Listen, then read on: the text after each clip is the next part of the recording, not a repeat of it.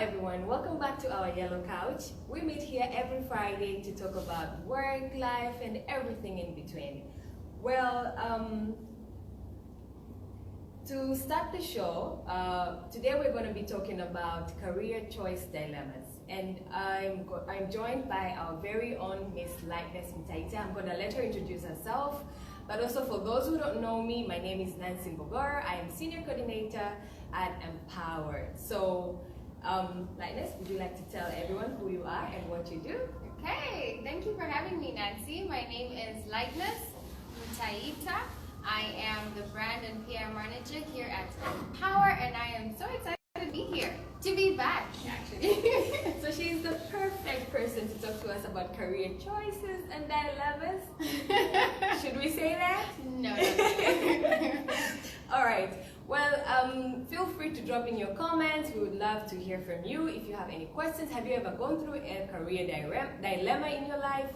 Did you ever experience like a sort of get to a point where you're at a crossroad, you don't know what career to choose, what job to take, stuff like that. So we're chatting here. Feel free to drop in your comments and or questions, and we're going to respond. To kickstart our discussion, Ms. Lightness, I would like you to tell us the difference between a career and a job. Difference between a career and a job. So I think they're interconnected. A career is a journey of jobs, so to speak. So a career is well thought out, it is planned. You can think, okay, this is where I want to go with my career, and therefore you then take different jobs that will take you there. So for instance, say you want to be the CEO of a telco company. So maybe you start off as an officer, you raise up as a senior officer, you go, up the ladder. So a career is a journey that you actually plan out, and then you now start seeking these jobs that will then get you to the pinnacle of your career journey. Yeah. Oh, so you mean to say a career is something that someone plans out that, let's say, within a certain period of time, I want to be somewhere in my life work-wise. Yes. All right. Exactly. So it doesn't really tell whether this person will probably get a job from, let's say, from becoming, let's say, an accountant to becoming an HR, or what sort of plan does this person do?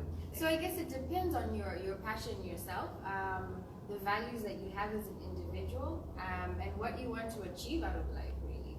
So if you've put a career plan or a career journey that, okay, I want to be the best HR practitioner at the end of 10 years, and then you're doing accounting, then that's not really a good plan.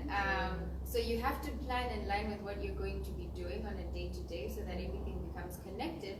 In the end, you reach your goal. Do you think people plan their careers in your experience? Well, I don't know. I think when you leave school, there's like this scramble for jobs. And you forget about the plan? Any job. Yeah. First of all, you start off and you're like, oh, I want to do this and I want to do that. And then when you start looking for jobs and you don't really find them, and then you're like, okay, I think any job will do. Yeah. But I think as we, with the generations that are coming, I feel there is more planning in our careers. And even with our Generation Empower, that we're the program that we're doing here, we're teaching the students to be able to plan their careers even while they're in school. So it's not just about learning the theories, but for you to also have a picture of what does it feel like to work in a bank? What does it feel like to work in an industry? So that you yourself will know, when I leave school, I want to work here. So it's more targeted, and you know what you're doing. So I think as the years go by, we're planning more and more, but I know in my time there was like a scramble for jobs. I'm pretty sure it hasn't changed that much. However, you're not late to start planning your career. I think the best time for you to think of your career journey is when you're still at school. And although yes, you're gonna go out there and meet the scramble, but let that not stop you from looking ahead and saying, you know what, I'm going to take whatever opportunity that's, presented to me by the time I'm out of school, but I'm going to, moving forward, I will probably plan ahead jobs or what career direction to take. Yeah. And I'm going to give an example here. I met someone who works at an NGO, and he was like, Nancy, I actually, whatever I'm doing right now is something that I had thought of or planned years back. And he was like, I'm so grateful because it doesn't always turn out the way you want it. So he was like, I started my career as a simple intern for the organization that he started with. And then later on, he was like, you know what? I'm tired of being an intern. I want to grow into becoming an officer for this organization. So he worked hard, deliberate, actions. He did what he could do at his best, and got the promotion actually to becoming an officer. Then he was like, you know what? I want to become the director of this company. Trust me. And he made it. And he was like, now that, so I met him recently, and now he's like out of work completely. He's not employed. And he's like, I also planned for this. I said by the time I've become the regional director, because the last job he had was a regional director position for East Africa, so for that organization. So he was like, by the time I become the regional director and I've served my time well, I'm quitting job, I'm becoming an entrepreneur. Wow. So yeah, he made it. I think it's a success story that anyone can achieve, but there's planning. Yeah. Let's move back now. Okay. Can someone make their career, can a hobby turn into a career? Can a hobby turn into a career? I believe yes, it can. It depends what kind of hobby it is. There's some hobbies that I find difficult to turn into a career, but there are some hobbies that you can turn into a career. Some that I know of is soul treats, the ones who sell cakes. I mean, they started off baking as friends, and then now they own, I think, to me, the best bakery now. I love their cakes. There are some hobbies such as, I don't know, if you're watching Netflix all day, or you're watching YouTube videos all day. That is a hobby, watching I tell Netflix you. all day? Especially now, like 2021, especially with this corona, you don't have like outdoor hobbies. Your hobby is inside your house. So what is it? You're Netflixing, you're watching YouTube videos, yeah, but then there are hobbies that you can turn into a career. It depends how much you want them, and is it something that you want to keep doing all the time? Because turning something into a career means you're doing it for most of your life, most of the time of your day. So it has to be something that you like if you're turning it into a career. But of course, there has to be a lot of planning and research that goes into it for you to turn it around into a career. But it's possible. Yeah, I think the question one needs to ask himself or herself is, how can I benefit from this hobby? It's not, even if it's just watching movies all day, how can I gain something out of my Netflixing and chilling all day, It could be maybe now I'm learning some tricks on how to become a producer, a movie producer, or learning some tricks of, acting, some acting skills in there involved, or, I don't know, movie reviewer. Anything is possible if you think through it and plan for it. Yeah, that's very, very, very interesting. One of the dilemmas that most people also go through is pertaining to the desirabilities of a job. What do you think makes a job desirable? So actually today I was reading something, or not reading, I was going through like some infographics, and they showed like what people perceive a job is made out of. So it was like position, and like half the circle was position and the other half was the salary. And then they said what a job should be perceived as. And so the job and the salary were literally a quarter, right? And then there was mental health, there was physical health, and then there was the amount of time that you get with your family or your free time. So I think those are the things that you could use to measure whether a job is good or if it's not. The culture that you're working in or around, right? The kind of people you're working with. How do you feel when you get home after that job? How do you feel in the morning when you're going to work? Because very important. You're spending like a lot of hours in this place. At work, more than home. More than home, So I think, money is important. Your position also is important because it also shows your growth. But there are other things that you also need to take into consideration. Like I said, the culture, your mental health, your physical health. how does the job make you feel when you go back at home? I think that's very important. How does it make you feel in the morning? That can give an indication of whether you're in the right job or in a bad. Very, very true. I think you've highlighted key areas where one could look at before choosing to take a certain job, because the dilemma is not just on the point of choosing what job to take, but it could also be or happen to you when you're in a certain job already, you've taken the job and you feel like it's not the place for you. You feel like it's draining you rather than building you up or helping you grow towards the direction you want to grow. So it's very, very key, I think, what you've said there, that it's very important to look at other aspects apart from the money and the position and the power you're getting from that job. I think also another thing to add is that a lot of times for us employees approaching companies, we feel that we always have to be the ones to impress the companies. But they don't understand that also the companies need to impress you, right?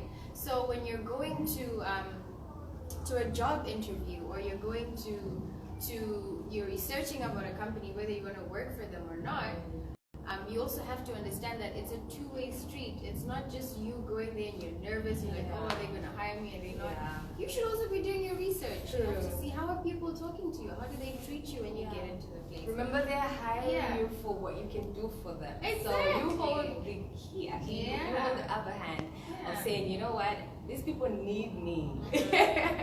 You could say that. I mean, you could use that mindset in a positive way, of course, not in a way that's any derogatory or in any way. So if you think of it that way, it also gives you the chance to actually choose and say, you know what, this is not meant for me, or I don't want to work in this space or be in this environment. And it's okay. And it's very okay. Very okay. But I would say, speaking realistically, it's in our, I'd say, Tanzanian or third world countries or developing countries, it's very hard to be picky. As much as you know, this place is gonna, you know, I feel like, yes, someone gets to a point where they can say, you know what, I feel like this place, you get those vibes when you go for an interview, you ask a few questions to people that work there, and you get these vibes that probably this place isn't the place that I want to grow my career, but they take it anyway due to certain circumstances that they're currently in. So, I mean, that's where the dilemma is, and it's understandable as well.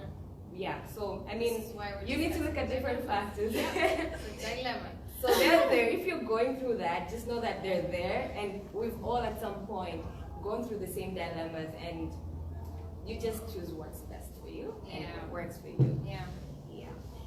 Let's look at another dilemma that I feel like is also very, very tricky, because I feel like there's a certain way the society paints certain kind of jobs. So you would hear parents, you know, proudly saying, oh, my daughter is an engineer, or, you know, my son is a doctor. And, you know, when the doctor or the son is, I don't want to say to imply anything, but anything other than that certain category of jobs that are perceived to be superior, they, you know, they tend to be shy or to look at them in a negative or in a low way. So what can you say around the stigmas like that perceiving certain jobs to be like, you know, superior, and if you're working there, you're getting well paid, and you're like, oh, that's the best job. Because I feel like it's also one of the dilemmas that most of us go through, and especially at the entry level where, you know, for our education system, when one is choosing to study, let's say, a certain field in the university, that will determine the rest of their career journey. So they'll go for a medical doctor field to study for that, because of the pressure or the dilemma that, you know, this is the field that, you know, the job. So yeah, what do you think on that? I think, yes, there is definitely a view that there's some jobs that are more important than others. There is a view or a feeling of people being embarrassed to say what they do. You know, when you get into networking events, someone who's a manager is like, oh, I'm a manager at, I don't know, Tigo or at Vodacom. But if you're like an officer, you're like, oh, okay, I just do sales. You know, nobody really, they don't say their full position. I've noticed they just tell you, okay, I'm in sales, I'm in HR, or I'm this. So I think it really starts with you as a person and an individual, for you to be able to derive the value of your job from the greater picture of the company. True. Okay.